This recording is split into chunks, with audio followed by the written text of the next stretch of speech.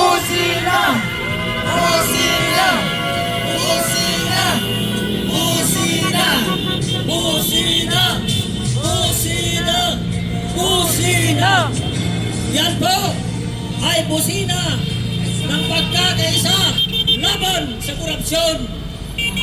Okay, magpatuloy po. Pwede na. Los Reyes. Maraming salamat sa mga kapulisan na nakapull out dito at sa mga Coast Guard na matyagang nagmamatsyag para magbigay ng kapayapaan sa lugar na ito. Maraming salamat po. Kayo ay mga bayani ng bansang Pilipinas. Maraming salamat po sa inyo lahat. Sa mga MMDA enforcer, maraming salamat po. At sa lahat ng mga dumalo sa pagpupulong na ito, sa pagkakaisa, para tutulan ang matinding korupsyon sa ating bansa. Maraming salamat po sa inyo. At i-recognize ko rin po ang ating makisig na congressman ng Sarangani, si Congressman King Belimac. Maraming salamat. Nagmula pa sa Mindanao, bumaba rito. Sa ating mga sentimento para wakasan ang matinding korupsyon, ang matinding pagnanakaw ng mga buwaboy sa ating gobyerno. Maraming salamat din sa mga kasamahan natin na hindi pumatol sa mga NPA na angangad ay gumawa ng kaguluhan upang pigilan ang ating pagkakaisa, ang ating mapayapang panawagan sa lahat ng mga buhaya at baboy sa ating gobyerno. Tunay nga po na tayo ay nandito dahil tayo ay masyado nang nalulugpo sa kahirapan ang ating bansang Pilipinas. Habang ang mga politiko na mga gago ay patuloy sa pagpapayaman. Isipin nyo naman, marami na silang property dito sa Pilipinas at meron din silang property sa iba't ibang bansa. Yan ba ang kanilang public service? Hindi. Na ibibigay sa ating mga mamamayang Pilipino? Hindi. Na naghihirap at nag-iikahos sa buhay. Tayo ay hindi mga politikong tao. Tayo ay mga pangkaraniwang mamamayan na sumisigaw at nananawagan na dapat bumaba na ang mga kurakot na politiko sa ating gobyerno. Bayaya naman kayo! Mga putang ina nyo! Kayo! Isang pamilya lang kayo! Pero ang mga sasakyan nyo, 15, 30 ang dami ng sasakyan na sana itinutulog nyo na lang sa mga mahihirap na mamamayang Pilipino. Sobra na ang kahirapan ng ating bansa. Kawawa ang mga next generation. Nais ko rin pasalamatan si Contractor Diskaya dahil sa kanya nabisto ang sobra-sobrang pangumurakot ninyo.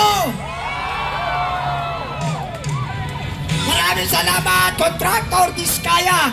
Alam namin na ikaw ay isa ding biktima ng mga buwaboy sa ating gobyerno.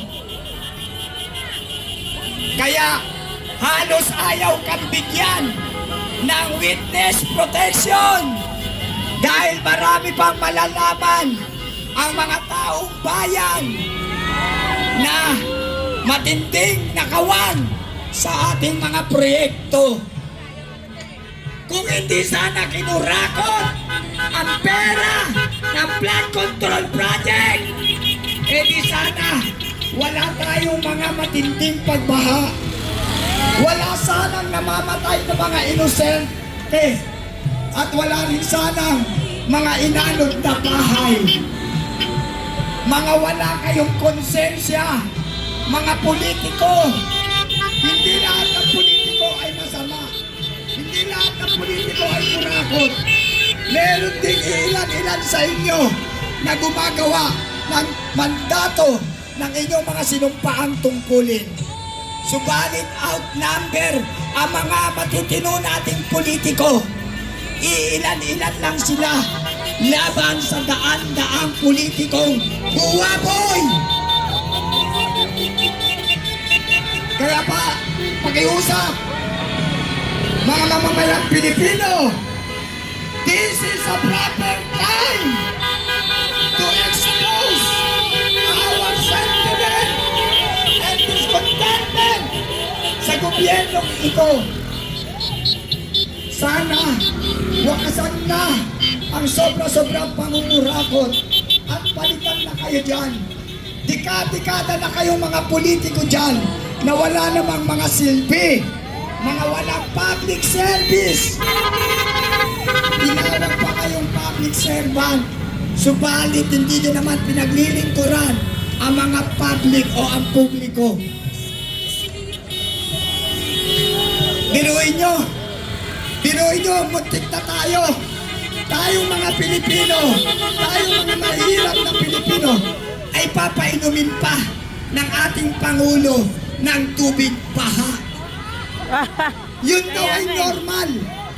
May maliit na filter. Tama ba na inumin natin ang tubig baha?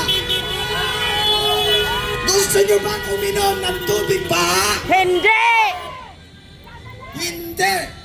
Kung ang Afrika, isa sa pinakamahirap na bansa, hindi nila naranasan ang uminom ng tubig baha.